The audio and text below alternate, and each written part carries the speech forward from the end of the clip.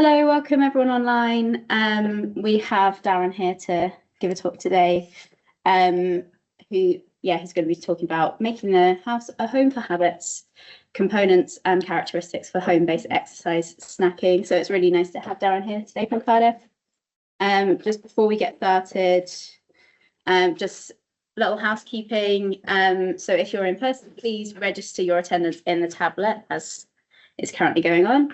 The webinar will be recorded and made available online, so please feel free to look at that afterwards.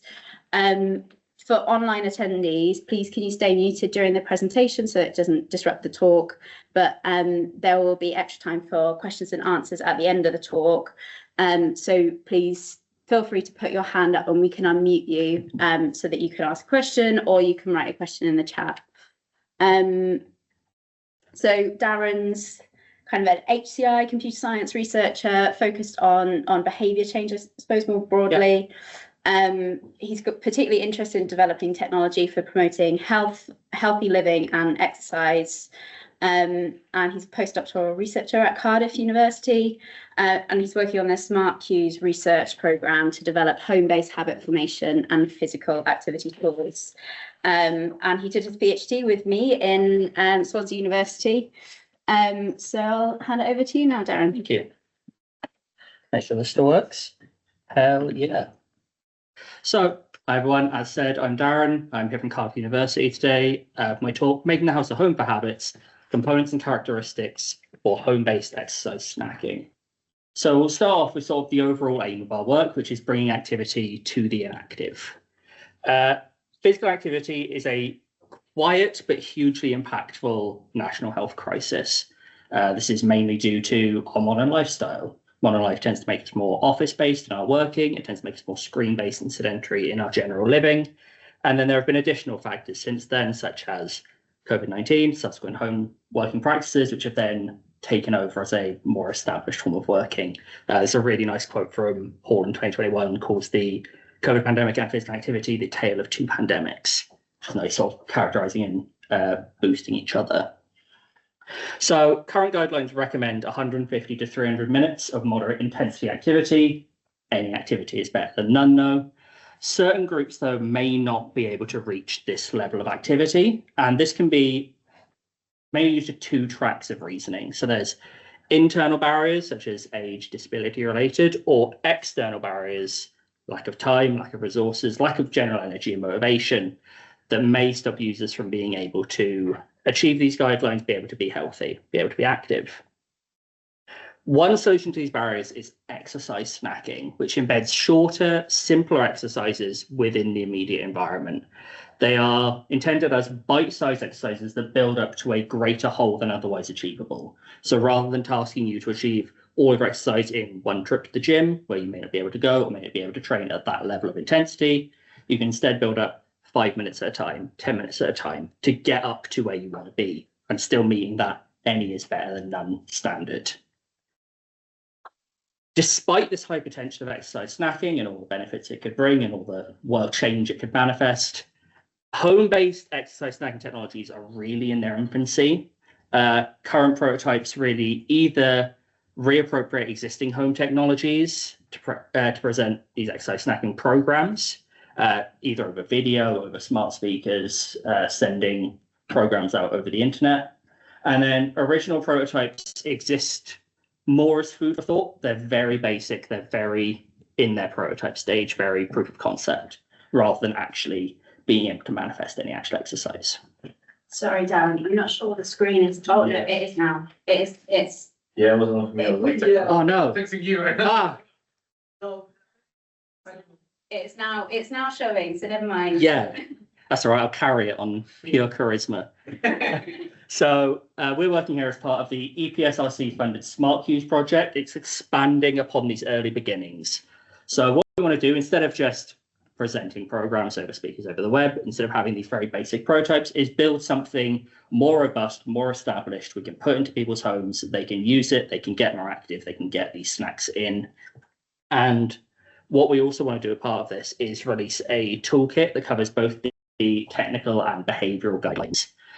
and really help develop these technologies in future. Because what we don't want to happen is we build a bunch of prototypes, we send them out to the world, they're fine, and then that's the end of the whole thing.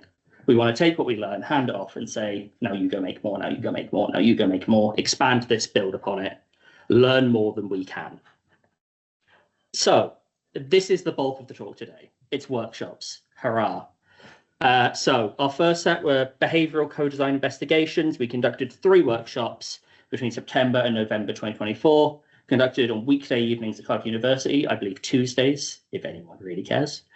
And each workshop lasted around 2 hours with 5 to 9 participants attending. So we had 5, then 9, then 8. The 9 was a nice event. Are we still struggling to see anything? I think it'll just be It'll be in and out. Yeah. That is. It happened in the past, and we still didn't find out why that happened. That's absolutely fine. Hopefully it will come back for the pictures. Yeah. If not, we'll live. So what we were doing here is looking to establish a strong foundation of design ideas before we broke ground on development. We didn't want to just run in, start building things off the back of what we've read or what we've seen, because there's a lot of insights to be gained around users, around the types of users, around the types of home, especially if we're designing for home users and home environments. We want to know as much as we can. So our first workshop looked broadly at drivers and barriers to physical activity. We asked our participants, our users, to discuss elements that encourage them to engage in activity and then elements that discourage their engagement in activity. And we collated these findings as one-word statements. We had our big discussions, we had our big sheets of post-it notes, but we asked them, boil it down to a word. We'll write down that word, we'll compare our words. So here we are. This was the early discussions. You had all of these little elements, all these little things that could contribute in a positive or a negative way. And it boiled down to a lovely whiteboard of positives and negatives. I love this pattern where it just says lack about 7 times. That's actually important. More barriers emerged in drivers. Drivers tend to be internal, while barriers tend to be external. This was something we found quite interesting because you have a lot of technologies that currently exist really heavily focuses on drivers. It focuses on things that you internally hold. But what we found a lot more of in our discussions were people may have these drivers, they may have things inside them, but the reasons they weren't then working on it wasn't because they lacked those drivers, it was because of external things that existed in their place. It may be that they were full of enthusiasm, they liked the pride aspect of improving, like the sociability aspects, the aspect of exercising with other people, but they don't have the time. And that just cuts the entire thing, and then it's done. And it's interesting as well that some drivers and barriers tended to emerge from the same source. So, for example, we had positives of you get bragging rights if you're doing well, if you're doing better than people you know, and you get this ability to socialize, the socialization aspect. But there's also competitiveness. There was also toxic behaviors from others. So it really depended on their perception as to whether that helped or whether that hindered. Because in theory, competitiveness and bragging rights go hand in hand. You're being competitive and you're getting that boost. But if you're not into one, it becomes a barrier. If you're more into it, it becomes a driver.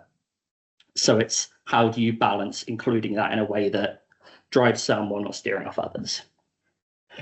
So our second workshop explored the different wants and needs of a variety of user and home types. So rather than simply and focus groups holding out co-design, we wanted to be broader and exploring our needs. We didn't want to sit down and say, this is 100% who we're going to build for. We're going to get a summary of that group. We're going to see what comes out.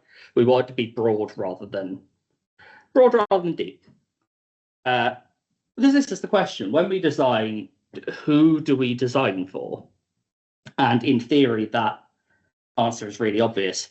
We design for our users. We design everything for our users, but what does it actually mean to design for our users? And more importantly, who are our users? Who are they? Who are the people we're building for?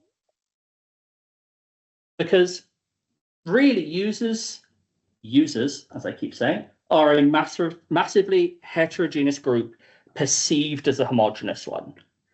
Every user has their independent needs, their independent focuses, their independent drivers and barriers, but we typically consider them as a centralized group. We pick out elements of that group and then just see if it lands, and typically it doesn't.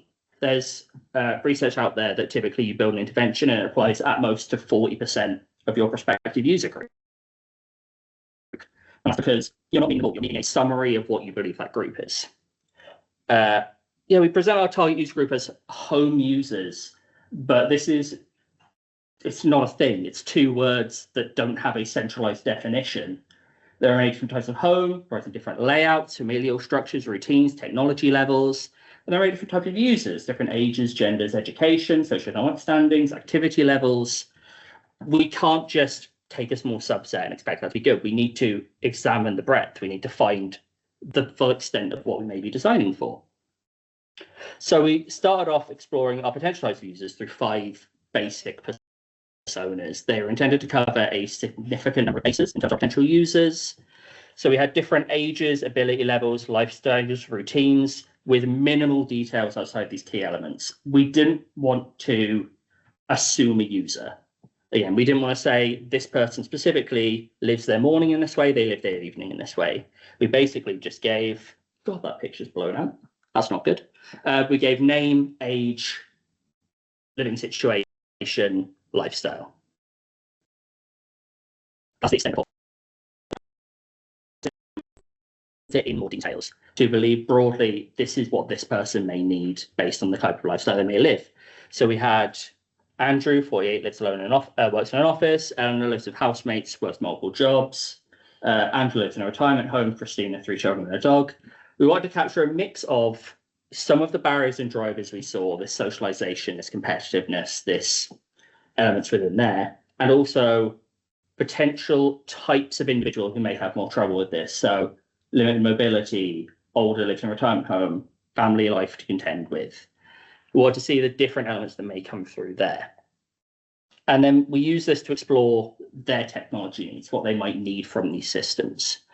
So they were asked to discuss, participants were asked to discuss the personas in terms of what they would need to consider when designing for them. If you were designing for Angela, early 80s, lives in a retirement home, family regularly visits, what does that mean? What does she need? What do we need to consider for her? And we had everyone discuss every persona. We then repeated a similar process for exploring our home environments. We asked our participants to sketch a floor plan, either of their current home setup, a past home setup, or a fictional home setup. It just needed to be a home setup. And we then examined this layout to find potential barriers to completing activities within that space.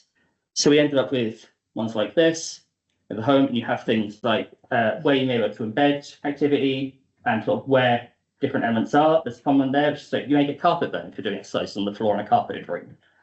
Little things like that that you may need to be aware of in how you're designing and where you're deploying these type of technologies. Power voltage, plug sockets, extensions. You want to be maybe in front of a TV if it's something visual.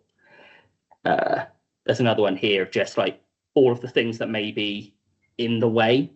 So in particular, that diagram at the top left there, you have chairs, TV, fireplace, rug. You need to sort of consider the bulk of the space and the things embedded in the space before you go around saying, you need this much room, chuck it in the room, it'll be fine. We're going to skip over the results just for a second, talk about workshop 3, because we wanted to look more actively at how we designed for this user, and we explored a process we called redesign. And what we mean by redesign is taking our base design and then reworking it for a specific user or user type. So we asked 4 pairs of participants that each wrote for a specific persona. Andrew did not carry over because they found him uninteresting and unlikable. I don't know why, there's nothing wrong with him, but the first design they generated was a home exercise tool suitable for that persona individually. So you had Eleanor, young daughter, 20 lived people, Christina, mother of 3, Angela, elderly lady in a retirement home, Jacob, limited mobility. 4 designs were made for those individuals.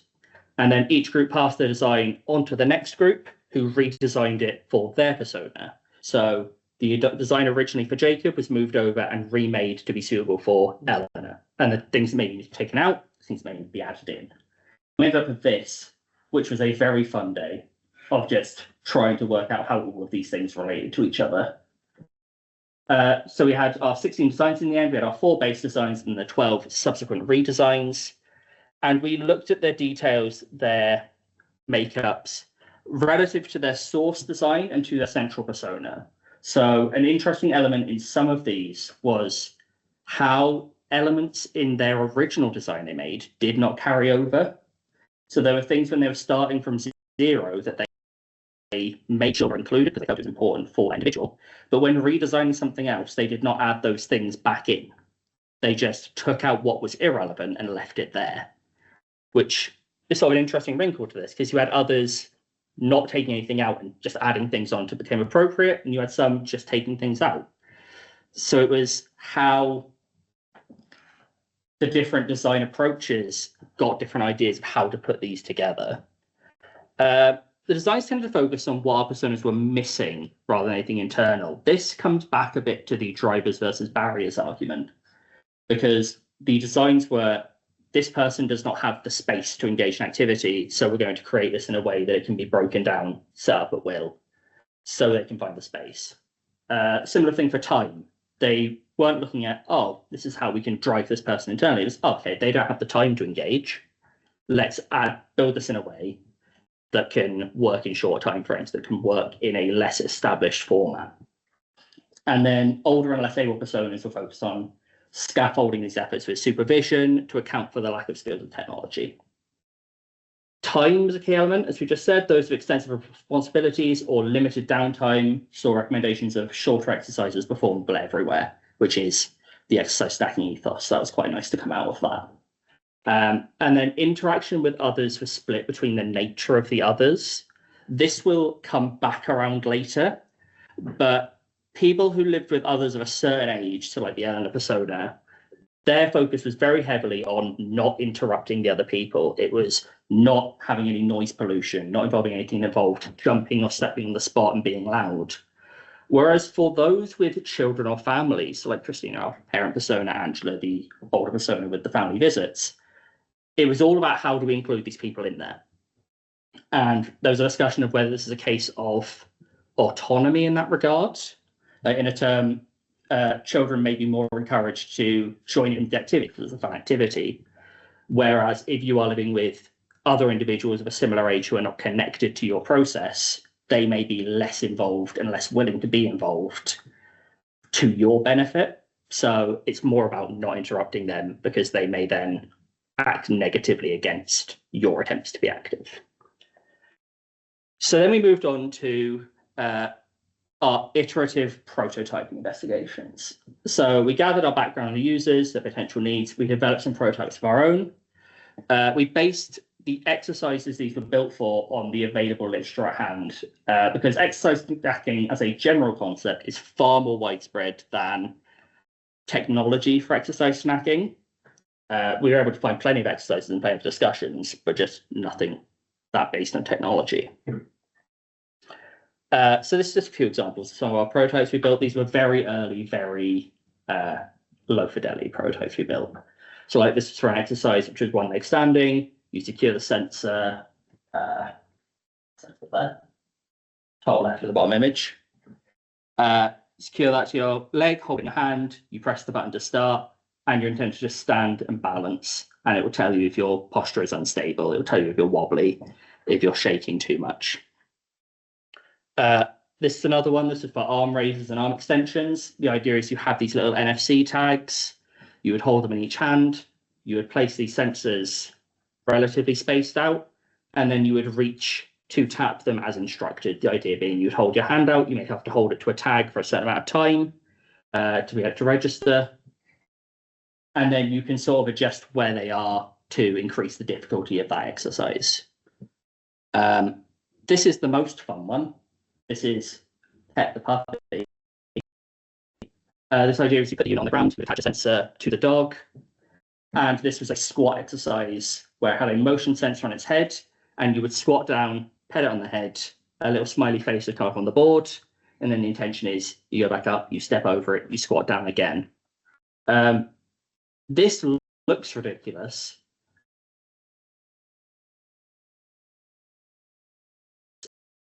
On a university exercise, the dog wasn't real then. We just wanted to make the dog real because that seemed more fun. But we just sort of went away. We got some exercises in mind. We built these little prototypes. And then we took them to another 3-workshop series conducted between May and August of this year. They were 4-hour workshops conducted on Saturdays. Everyone was very happy about that. And we had between 6 and 14 people in attendance, by which I mean we had 14 for the first one, and then 8 and then 6, because it's impossible to keep hold of participants. So our first workshop presented our 8 prototypes and asked participants to engage with them and discuss the positive and negative elements. So we had a period at the beginning of the workshop where all of the prototypes were laid out and everyone was free to get up, interact with them. We could answer questions, we could talk to them. And then we had them draft technologies. The idea being we had 4 groups. We gave them each a random number between 1 and 4. And then whoever got number 1 would pick the first technology. Whoever got number 2 would pick the second one. And those would then come off so other people could not pick them. So everyone ended up with 2 technologies each to discuss for the rest of the session. This was in part all a bit of fun, but also we felt it would give our groups more ownership over their prototypes. Rather than we have everyone work on everything or we just randomly assign them, having it be random choice and whoever's number 1 gets to pick the one they think is most exciting and then everyone's rushing to pick the ones they like the most means then there is some connection to them. And also we then got a fun list of what got picked first and what got picked last, which sort of fit what we expected. The less interesting ones went last, the dog went first. And that was exactly what we thought would happen. We then discussed the potential impacts of the home routine. Our idea for this second series in particular was we wanted to mostly have them look at the prototypes, but also explore how these prototypes would act and exist within a certain element, within a certain aspect of this home living. So I'd say the first one was the home routine. Obviously, if you are trying to fit small pieces of exercise into spaces you have, it has to then not disrupt everything outside of the spaces, or it's not convenient, it's too difficult, it becomes just as problematic as having to go out and do it in an isolated sense, which was the problem we're trying to avoid. And then finally we had our participants design their own prototypes using craft supplies. So we had them use Play-Doh, pipe cleaners, beads, gems, that sort of thing. That resolved some of their noted issues. So we basically had them make a little Play-Doh and craft, I wish I brought some of them, a little Play-Doh and craft prototype that did the same exercise but fixed it in some way. So perhaps they would have an issue with how the sensor was mounted. So they would build it with a better mounted sensor. And then we could look at those and sort of examine how they felt about them. We had to make big tech designs, like instruction sheets for how you'd use them, just so we can have an idea of how it functioned. Second workshop had a similar structure with some minor changes. We brought 6 redesigned prototypes, cut down or amalgamated from the previous 8, and then repeated the process of positives and negatives. So one of the findings from the original workshop is we had one group picked 2 prototypes. One was for the one leg standing, and one was for a marching on the spot exercise. And their immediate observation was these should just be one thing because they use the same sensor and do much of the same tracking, the same feedback. Why aren't they one device? And we agreed and we made it one device. And then we sort of cut one out. We altered one slightly just to get to a new set of 6. And then we moved our focus from the home routine to the presence and impact of others living within the same environment. Because it's often not considered the impact of the passive user. So obviously you bring this technology into your home, you wish to use this technology. If there are other people living in your home, if it's loud, if it's bulky, if it's intrusive, they are going to feel negatively about it. And then they may put pressure on you to stop using it, which will make it harder for that habit to embed. Even if you intend fully in 2 weeks' time to take it out of your house and dump it, that habit isn't going to build because you've got their focus the entire time on this is being a huge problem to everyone else who lives with me. And again, we had participants design new systems at the end, this time trying to make them more usable in their home. So All 3 workshops contained some form of creative research method to try and engage the participants on a deeper level. Our first workshop asked users to engage in a narrative fiction exercise, where they imagined a typical morning using the technology, outlining their process, observing any complications. And the second workshop presented a board game style exercise where we had users act out a morning routine. So we gave groups of 2 or groups of 3 timed morning routines, put a timer up on our whiteboard in the room, and then they had to be in certain rooms doing certain activities as the time passed. And these were intentionally drawn up so that difficulties would occur around where one of them was using the technology embedded in the home. So this was our little board game here. And the idea was you would have the little yellow stickers on there are where certain things were mounted. So there's the yellow stickers in the top left of the board. That is a intervention system, an exercise stacking system mounted to a kettle. And then there is one on the left-hand diagram in the bottom middle, it's in a doorway. And that was meant to represent the arm hold, the arm stretches based around the doorway. And the idea would be at some point in the routine, someone is stood there using that technology and someone needs to get across that space and they can't move through them. And we wanted to use this just to embed that idea because we felt it might be difficult, especially in this second point where we're asking people to engage with how these can be intrusive. We were worried there was going to be the thought process of, oh, I just wouldn't put it somewhere intrusive. And we wanted, when we're having a discussion on how could this be impactful, we didn't want the whole thing to be derailed by, in the first 5 seconds, they say, oh, I just wouldn't put it somewhere problematic. So we gave them a reference situation that was problematic to try and get that thought process moving. It's the same with the narrative exercise. If I said now, think about your typical morning and try to embed, say, the one leg balancing technology in it, there is a tendency to simply think, oh, I just do it at some point. And that doesn't think about how it might push other things around. It might delay other activities. It might impact your ability to get through the morning in the same amount of time.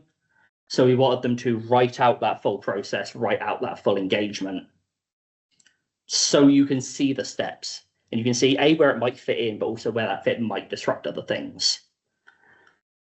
Our third workshop focused much more heavily on these creative methods. Instead of bringing prototypes, we engaged in a much wider discussion on values and the values apparent in our technologies. And we wanted to explore the impact of both perceived values and desired values on how a technology operates and how a technology may apply. So we asked participants to explore values present or explicitly and deliberately not present in a range of real and hypothetical technologies. Some of these technologies deliberately designed to have negative value impacts. So we gave them things like a typical fitness watch. There was a proof of concept home gym machine, and there was a fitness video game. And we gave them those and said, what's good about these, what's bad about these in terms of the values present. We gave them a list of values derived from all over the literature. We gave them 32 and asked them what is here and what isn't here. And then we gave them some hypotheticals, both normally and not. So we had a hypothetical that placed tiny cameras all around your home. And then when you went through a significant period of non-activity, a speaker would call out and ask you why you're not moving. And obviously that's highly effective, but it has no privacy, no autonomy. And then we also did the flip side of that, where there was a tiny cardboard box that asked you how you're feeling, which obviously is very good in autonomy. It's very good in privacy, but it is useless, which means values like efficacy weren't served by it. And we then asked them to develop hypothetical systems, again, using everyone's favorite craft materials, based on a pair of values provided, the idea being you would regard one positively and one negatively. You would try to design fully for one and not at all for the other. This is Big Mother. The idea of this one, the 2 values given were efficacy and privacy. And they made one with a sliding scale where the more and more cameras you activate, the better it can do for you. So it was this idea of you can't have both. If you want to be better, you have to give up more data. If you want to give up less data, it has to be worse. I know the other group had, what did the other group have? I know what it worked out, which was a device that sat in your shower. And the idea was it gives you no privacy and no time to yourself, but it would help you to engage. I believe one of theirs was sociability, and it was the idea of you can't be sociable in the shower, probably. So it would allow you to sort of have fun with it and do it at your own pace, but you couldn't do it with anyone. The final task of this workshop was the values deathmatch. We produced a tournament bracket populated with the values we found in the literature and asked our participants to vote on which value was more important. So our framing given was, if you were to work in a shop that specializes in these technologies, and the salesperson said one was very good at value A and one was very good at value B, which would they be more interested in? And we did all of them. We went through this. There was a lot of argument. There was a lot of discussion. We did only have 6 people. So we had one of our collaborators in the room tiebreak based on which arguments he felt were more compelling, which seemed like the only good way to tiebreak at the time.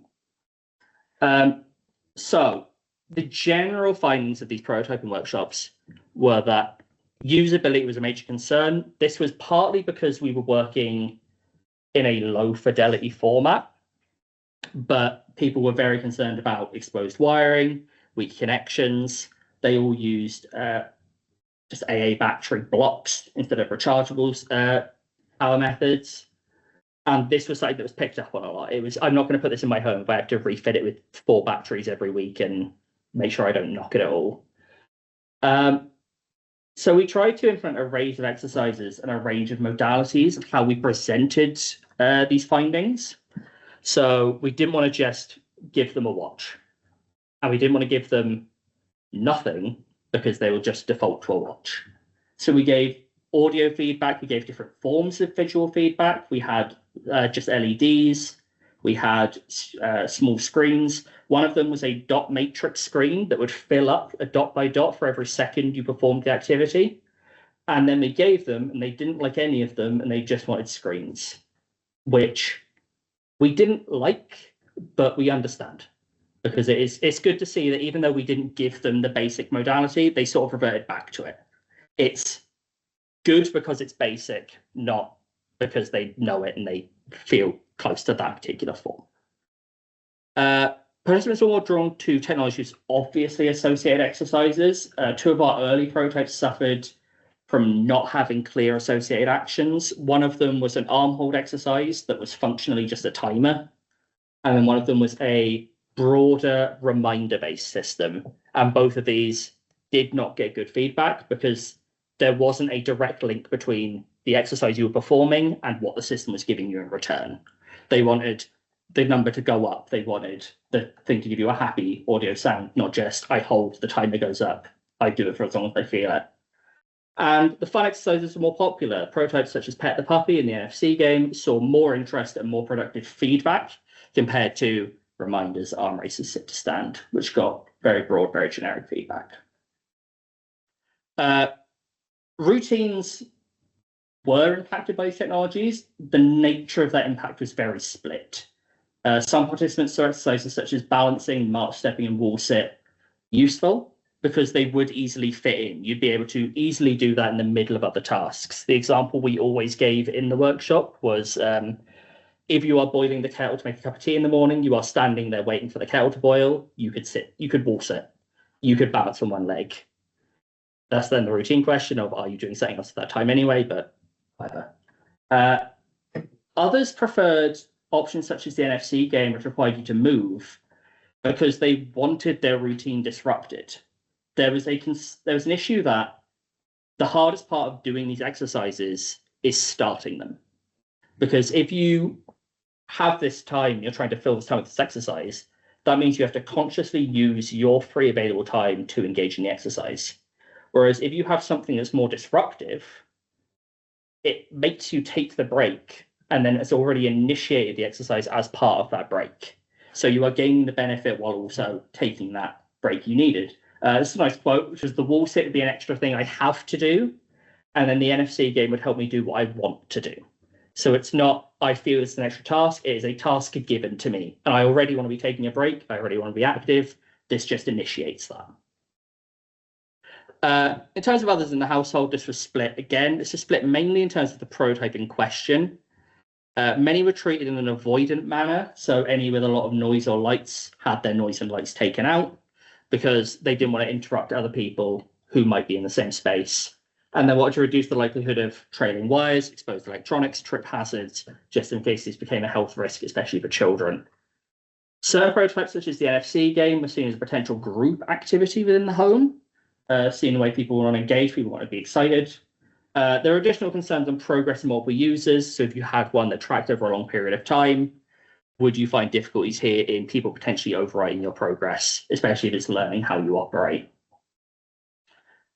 So in terms of the values deathmatch, the bracket, the final four were usefulness, so helps you achieve the behavior, alignment, aligns with what you want to get out of it, enjoyable, fun, and regulation, using established theories and structures of behavior change.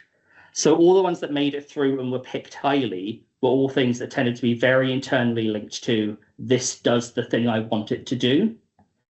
We thought values such as privacy and autonomy were going to do a lot better, but they got eliminated very quickly. And they got eliminated by values such as convenience, ease of use. I wrote convenience twice. Nice.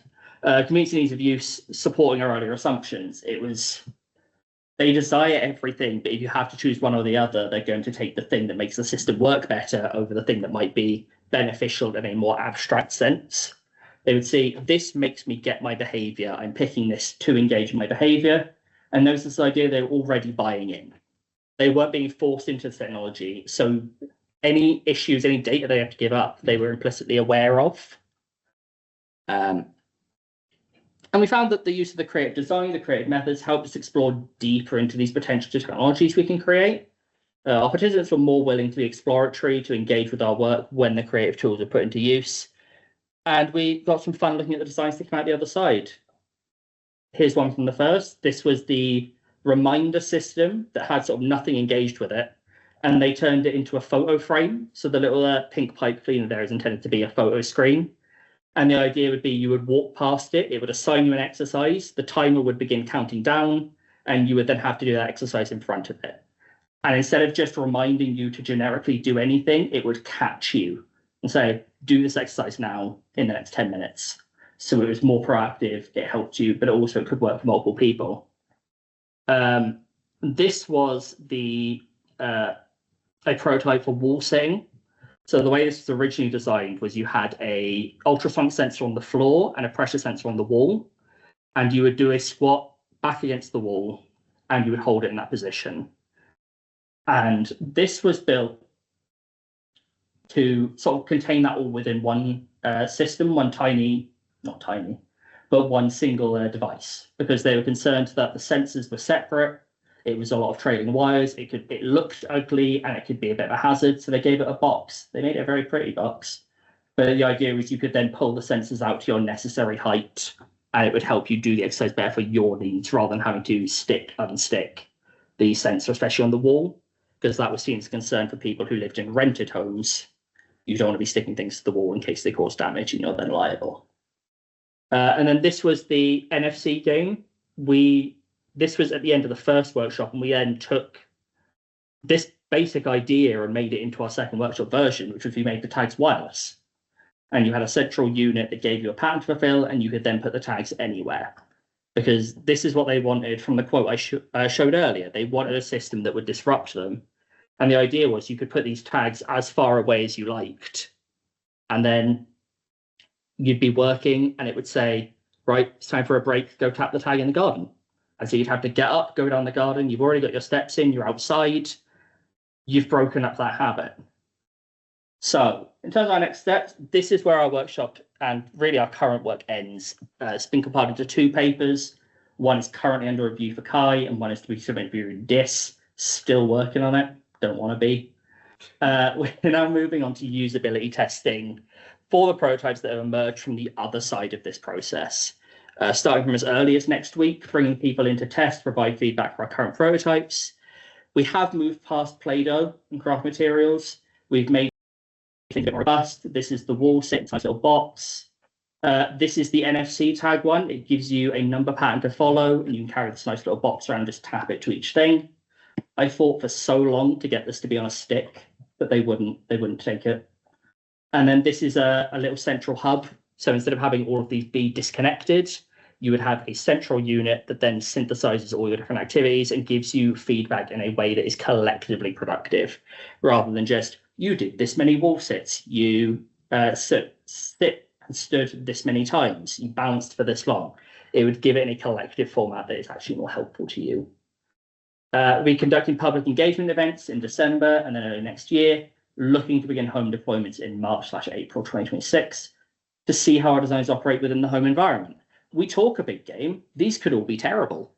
And that's a finding of itself. That's the fun. Maybe people don't like them, maybe they're still intrusive, maybe they don't form habits. We then take that away and we get more money to fix it.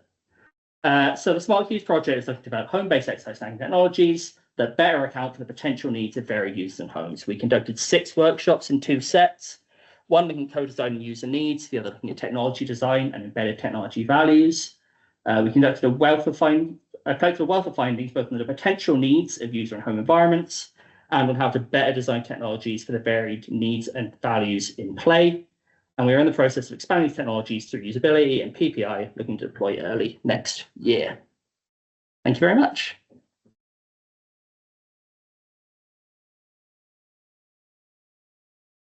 Thank you.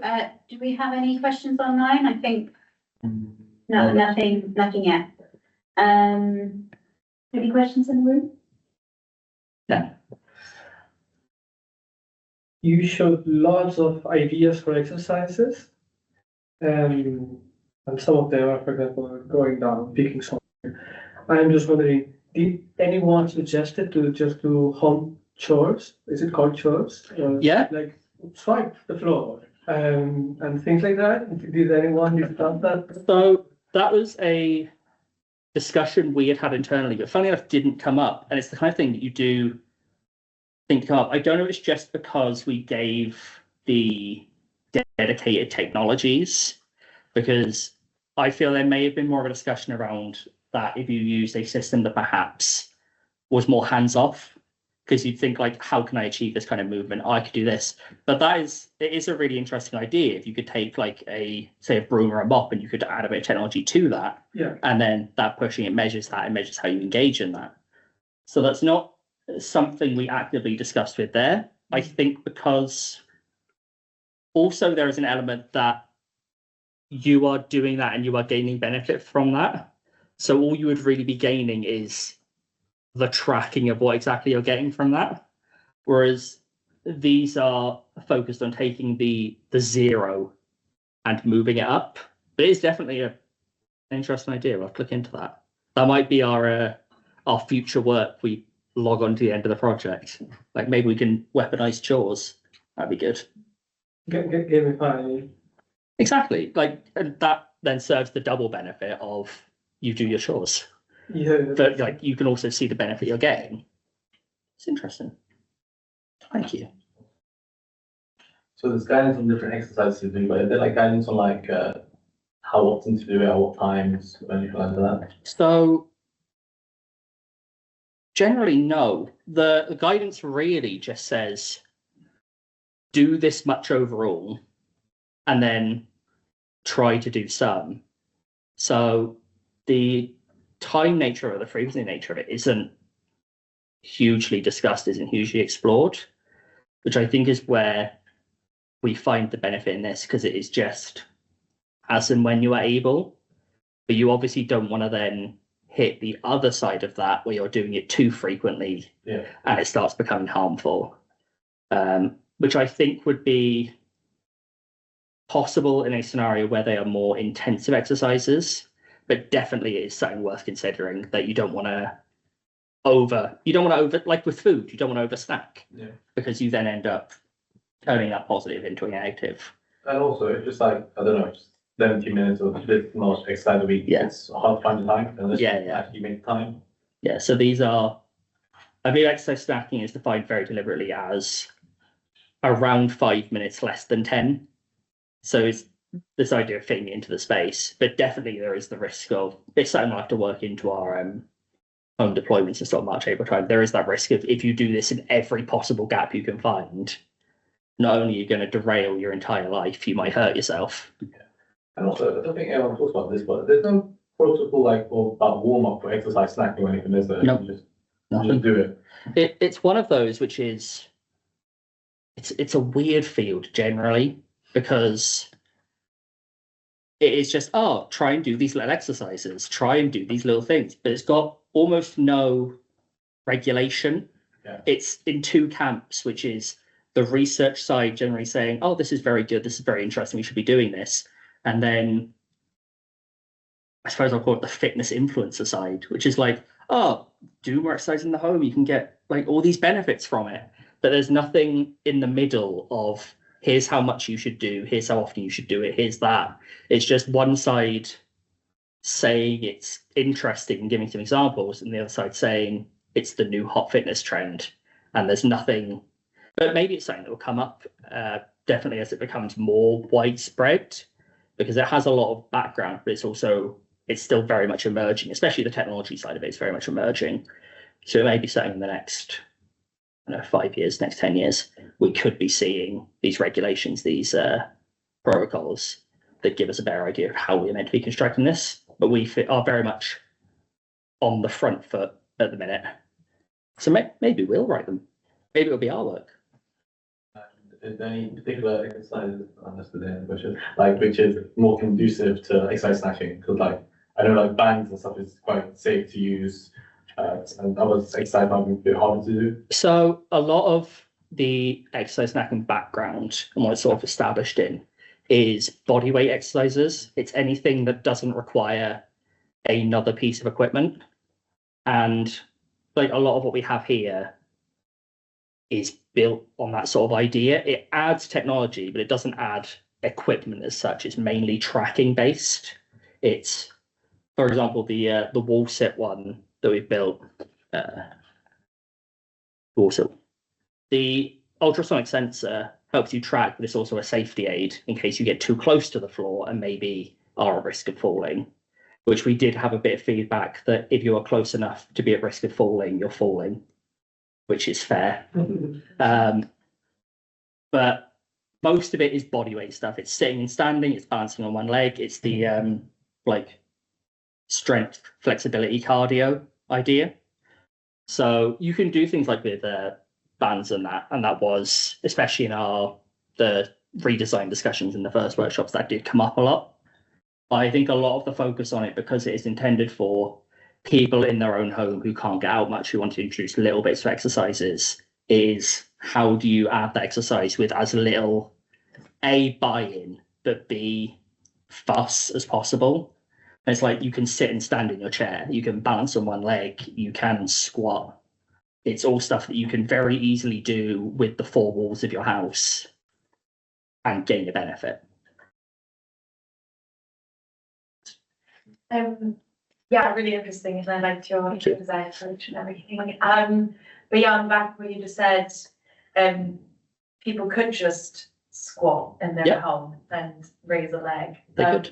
Is that something that you're trying to figure out, or is there previous research that has shown that implementing these types of technology would actually make people do that more and long term as well? So in essence, the ideal outcome of this is that eventually these technologies come back out of the home and aren't needed anymore. But it's because you're right, people could just squat, they could just wall sit, they could just stand on one leg. But then you raise the counterpoint of if they could, why aren't they? Yeah, that's what I'm thinking. I feel like if people aren't already doing it, are they? Yeah. So what we're trying to add here is I suppose a tracking element, but that's not quite what I mean.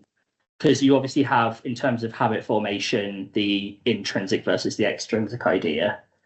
And this, in a way, intends to make it extrinsic until it no longer needs to be. Because the problem with just doing a squat is, in the grand scheme, it sort of means nothing. you get no feedback off that. You get no idea of how beneficial it's been to you. You sort of get no result from it. Whereas if we have this, if you do the wall sit, the screen counts up and the light flashes, and it's, you know that you are gaining a benefit, you are reaching a goal, and then you can build on that. So it's helping. It also, in a way, gives it some structure, because much in the same way of the like, are there any protocols, are there any regulations? How much squat comprises squatting? Is it 1? Is it 10? Is it whatever? And like our one leg standing, our one leg balance has a countdown. Our other ones have count up. You can see a number, so you can pick a number and say, that is my goal, I'm going to stop here.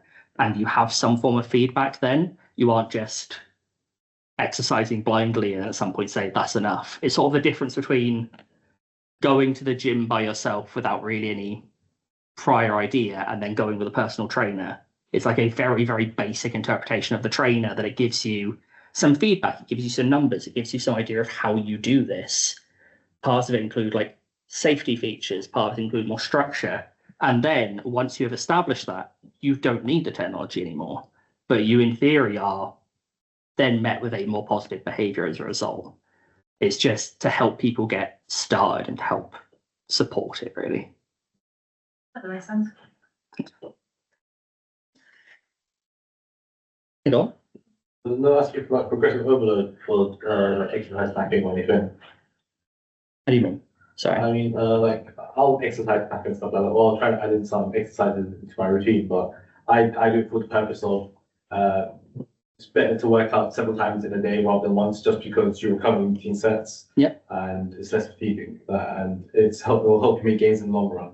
But it's hard to balance the whole, like, I'm doing this to get gains and I'm overdoing it. Yeah. Is there a protocol about that? So not particularly. The idea is that this is a very reductive way of looking at it, but they are so lightweight, you would have to do so many that it would start to feel ridiculous before it reached that point. But it's mainly, I feel like the difference there is you are unlikely to be engaging in the exercise snacking exercises for the purpose of actual gains. You're doing it to sort of introduce the very low level exercise, the very low level activity. So there is almost, for some of the groups we're looking at, there is almost these, in a way, the barriers that exist are almost structuring that nicely already. If it is for people who don't have enough time to do full exercise, they're unlikely to have enough time to overdo it. And like, that's not something we've looked at. That's mainly me hypothesizing into the wind. But I will actually go away and look it up.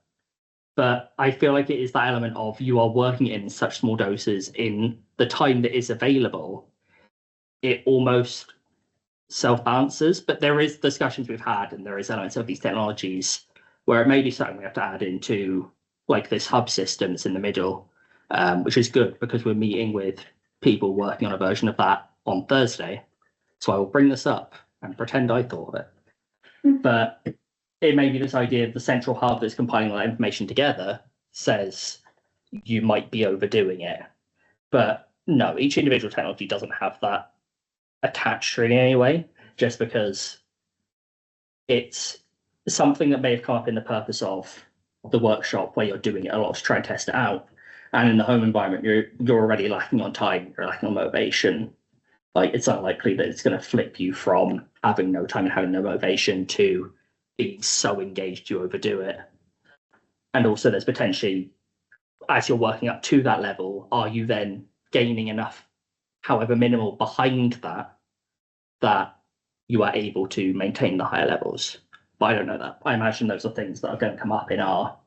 It might be the case that we put these in people's homes and we find this exact problem, because it's entirely possible. It's just not something that's really been done. As I say, it's either research or people doing it very minimally because it's the hot thing. It's not really something that's been fully explored, and if it has, it's heavily regulated. It's online programs, it's people providing these in. There's not really been a lot of explanation to give you a program that you do entirely off your own back, and how safe, how regulated is that. So really, that might be something we uncover in the next year that then becomes a vital part of these findings.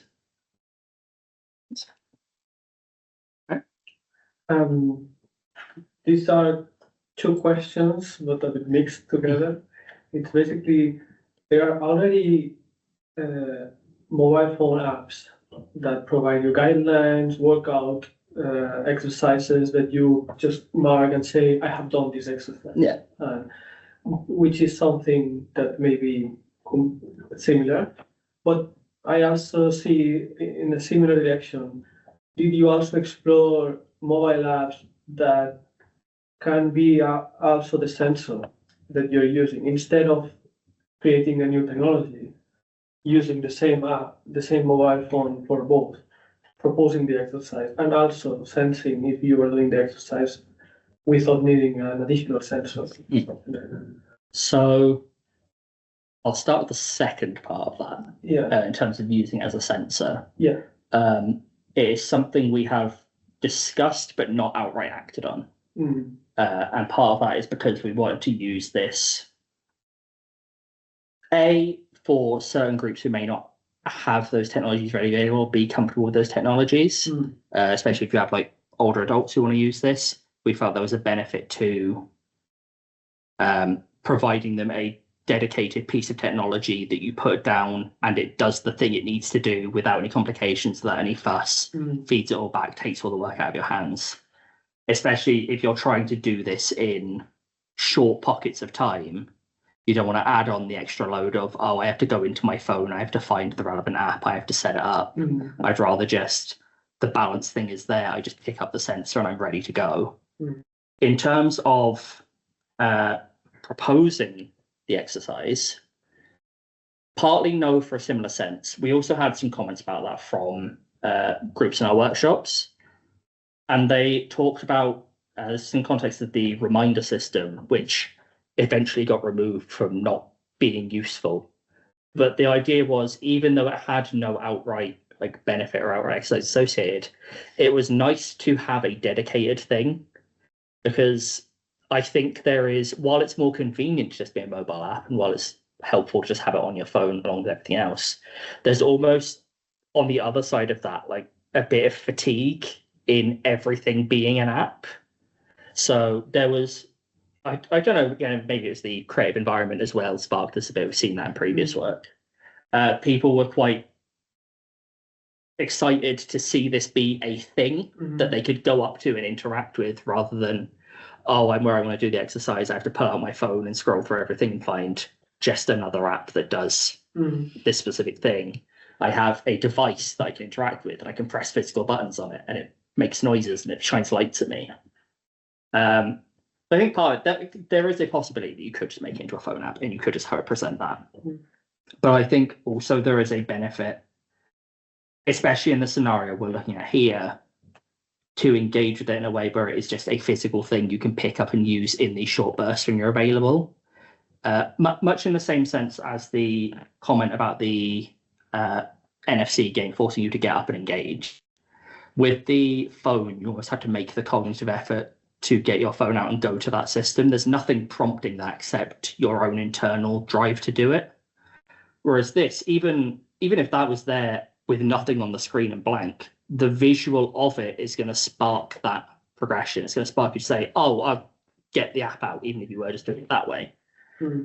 But having the system there gives you something you can say, oh, it's this piece of technology. I will do that now while I'm here because I've seen it. It exists within my conscious, rather than I have to go and open an app and decide to do that. I hope that answers. Yeah. I think that's good.